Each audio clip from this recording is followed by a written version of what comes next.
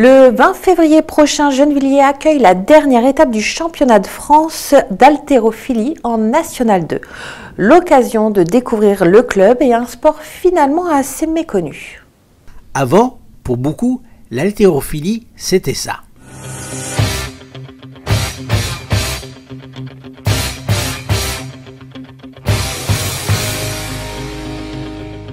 Mais ça, c'était avant. Car ces dernières années, ce sport a acquis ses lettres de noblesse et conquis un public qui pense désormais bien plus à sa forme qu'à son apparence physique.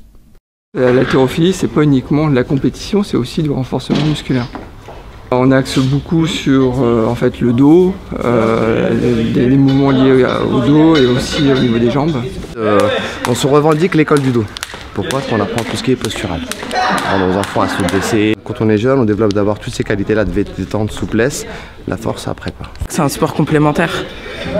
Beaucoup de gens pensent que c'est de la muscule, alors qu'en fait non, ça nous oblige à tenir plus droit, donc c'est mieux.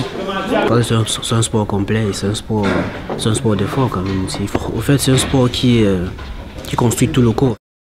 Le club de Gennevilliers compte une trentaine d'adhérents, parmi lesquels on remarque une dizaine d'enfants. Il n'y a pas d'âge limite, on va dire. Donc, en général, les enfants commencent l'haltérophilie autour de 12 ans. Le plus difficile, c'est le gestuel de la technique. À la base, on commence avec un bâton, on apprend la technique et tout. Une fois que la technique est bien assimilée, on change progressivement. Mais vraiment progressivement et tout. Et à en croire ces jeunes adeptes, les bienfaits de l'haltérophilie se prolongent bien au-delà de la salle d'entraînement. Ouais, à l'école, en fait, quand on s'assoit, on a tendance à arrondir son dos et tout. Non, là, j'essaye de garder quand même le dos beaucoup plus droit qu'avant.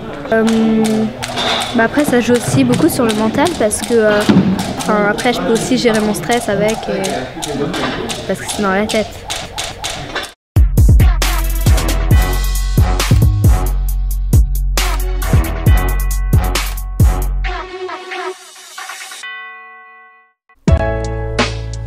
Conscious waves, motionless.